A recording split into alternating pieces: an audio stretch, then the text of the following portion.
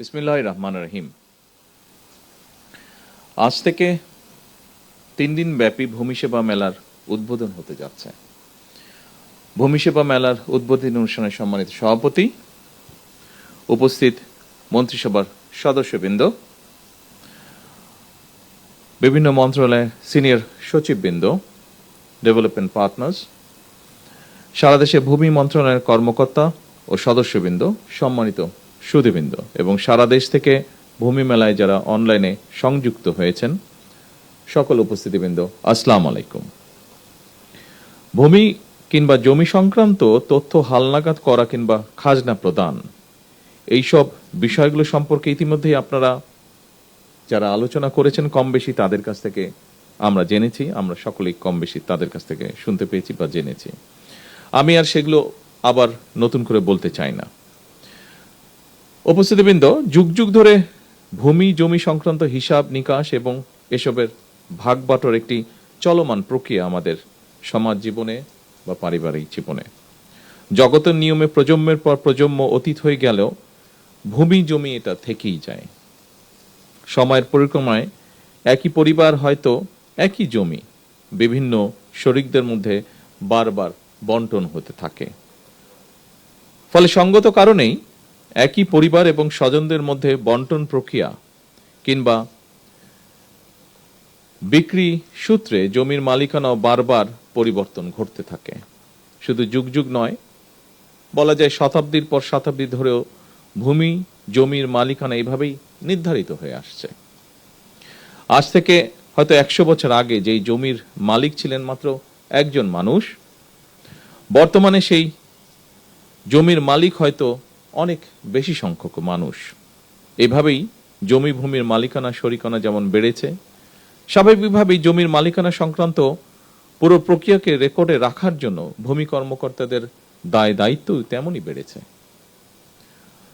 মালিকানা, খাজনা, দলিল, খতিয়ান, দাগ, পর্চা, নামজারি, জমা খারিজ, মৌজা, সিএস, আর এস বা ডিএস, এই শব্দগুলোর সঙ্গে জমির মালিক মাত্রই কম বেশি পরিচিত সারা দেশময়। ফলে এইসব বিষয়ে নিজেদের মালিকানা হালনাগাদ রাখতে মানুষকে সংশ্লিষ্ট ভূমি অফিসে আসতেই হয়। তবে প্রযুক্তিগত উন্নয়নের সাথে সাথেই ভূমি ব্যবস্থাপনাও আধুনিকরণ হয়েছে। সেবা গ্রহীতাগণ নিজের জমিজমা সংক্রান্ত বিষয়গুলি বর্তমানে ঘরে বসেই অনলাইনে সম্পন্ন করতে সুযোগ পাচ্ছেন। এমনকি যারা অনলাইনে নিজের জমিজমার খাজনা প্রদান কিংবা প্রয়োজনীয় কার্যক্রম করতে সক্ষম নন, তাদের জন্য রয়েছে ভূমি সহায়তা সেবা কেন্দ্র। বেসরকারি উদ্যোক্তাদের পরিচালনায় ইতিমধ্যেই দেশের 61টি জেলায় বর্তমানে 893টি ভূমি সেবা সহায়তা কেন্দ্র চালু রয়েছে। এসব কেন্দ্র থেকে নির্ধারিত সেবা মূল্যের বিনিময়ে নাগরিকগণ সহজেই ভূমি সেবার আবেদন করতে পারছেন এবং সরকারি ফি পরিশোধ করতেও সক্ষম হচ্ছেন। পর্যায়ক্রমে দেশের প্রতিটি ইউনিয়নে এ ধরনের আরও ভূমি সেবা সহায়তা কেন্দ্র স্থাপনের পরিকল্পনা সরকারের রয়েছে এবং একই সাথে পাশাপাশি নাগরিকদের হাতের মুঠোয় ভূমি সেবা পৌঁছে দিতে চালু করা হয়েছে মোবাইল অ্যাপ, যার নাম দেওয়া হয়েছে, খুব সম্ভব অ্যাপটির নাম দেওয়া হয়েছে ভূমি। সম্মানিত উপস্থিতিবৃন্দ, আমি মনে করি ভূমি জমি ব্যবস্থাপনা যত বেশি আধুনিক এবং প্রযুক্তি নির্ভর করা যায়, জমি সংক্রান্ত বিরোধ সম্পত্তির পথও খুব সম্ভবত তত বেশি সহজ হয়ে যায়। জমি ব্যবস্থাপনার ক্ষেত্রে অনলাইন সুবিধা নিশ্চিত করায় আমি ব্যক্তিগতভাবে বিশ্বাস করি জমিজমা সংক্রান্ত দুর্ভোগ অনেকাংশেই লাঘব পাবে। একই সঙ্গে জমিজমা সংক্রান্ত বিরোধকে কেন্দ্র করে ভূমি অফিসগুলোতে মধ্যস্বত্ব ভোগীদের দৌরত্ব কমবে ইনশাআল্লাহ। চলমান এই ভূমি সেবা মেলা আধুনিক ভূমি ব্যবস্থাপনা এবং নাগরিকদেরকে নিজেদের দায় দায়িত্ব সম্পর্কেও আরো সচেতন করবে। সম্মানিত উপস্থিতিবৃন্দ, দেশের জনসংখ্যা বৃদ্ধির সঙ্গে সঙ্গে একটি খুব গুরুত্বপূর্ণ বিষয় যে আমাদের মাথাপিছু জমির পরিমাণও কমে আসছে। ফলে জমির অর্থনৈতিক মূল্য যেমন বাড়ছে, তেমনি জমি নিয়ে বিরোধ, মামলা, মকদ্দমা এবং জটিলতাও বাড়ছে একই সাথে। অনেক ক্ষেত্রে এসব বিরোধ ব্যক্তি ও পরিবারের শান্তিও নষ্ট করার পাশাপাশি জাতীয় উন্নয়ন কর্মকাণ্ডেও প্রতিবন্ধকতার সৃষ্টির কারণ হয়ে দাঁড়িয়েছে। এমন বাস্তবতায় ভূমির পরিকল্পিত ব্যবহার, নির্ভুল রেকর্ড সংরক্ষণ এবং দক্ষ ব্যবস্থাপনা বর্তমানে সময়ের অপরিহার্য দাবি। উন্নত প্রযুক্তি ব্যবহার করে জরিপ কার্যক্রম পরিচালনার মাধ্যমে নির্ভুল ভূমি রেকর্ড প্রস্তুত করতে ভূমি মন্ত্রণালয় কাজ করছে। একই সঙ্গে ভূমি প্রশাসনের প্রায় সকল সেবাকে ডিজিটাল প্ল্যাটফর্মে নিয়ে এসে নাগরিকদের জন্য সেবা গ্রহণকে আরো সহজ, দ্রুত এবং কার্যকর করারও উদ্যোগ নেওয়া হয়েছে। আমাদের লক্ষ্য এমন একটি ভূমি ব্যবস্থাপনা গড়ে তোলা যেখানে ভূমি সেবা গ্রহণের জন্য মানুষকে আর অযথা অফিসে ঘুরতে হবে না, যা আমরা ভিডিওতে একটু আগে দেখেছি। সেরকম একটি পরিবেশ আমরা চাই, অথবা দুর্নীতি কিংবা হয়রানির শিকারও হতে হবে না।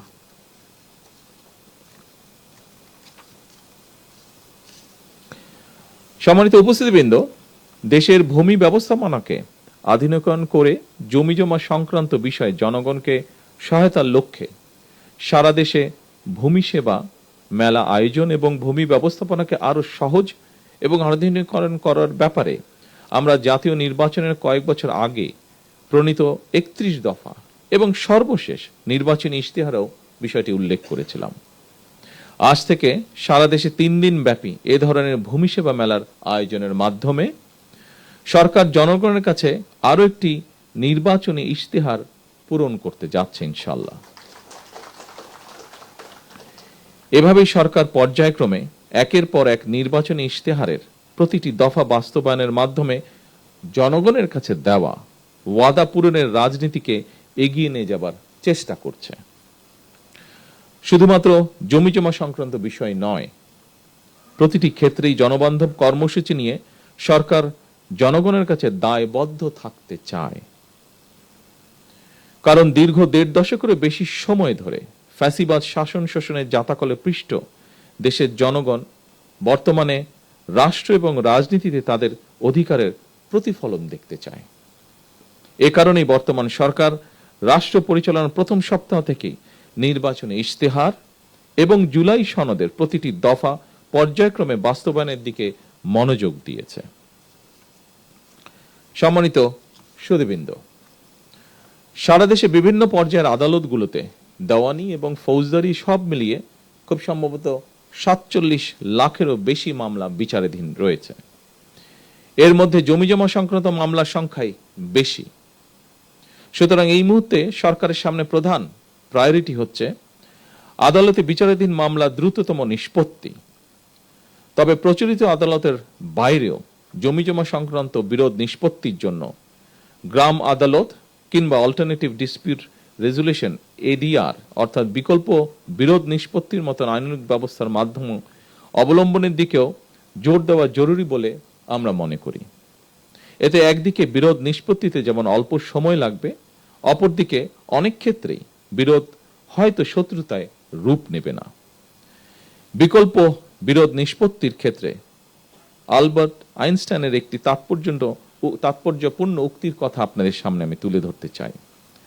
তিনি বলেছিলেন, peace cannot be kept by force, it can only be achieved by understanding.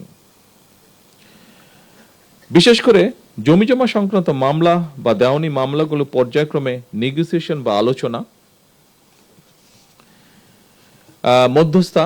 মধ্যস্থতা বা সালিশ কিংবা সমঝোতার মাধ্যমে বিকল্প বিরোধ নিষ্পত্তির পথ কার্যকর করা গেলে একদিকে আদালতে বিচারাধীন মামলার জট কমবে, অপরদিকে দ্রুততম সময়ের মধ্যে জমিজমা সংক্রান্ত বিরোধ নিষ্পত্তি করাও সহজ হবে।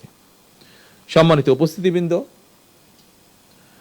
জমি বা ভূমি শুধু এক টুকরো সম্পত্তি নয়, বরং মানুষের জীবনে এটি এক ধরনের নিরাপত্তা, নির্ভরতা, অর্থনৈতিক স্থিতি, জীবিকা এবং ভবিষ্যতের ভিত্তি।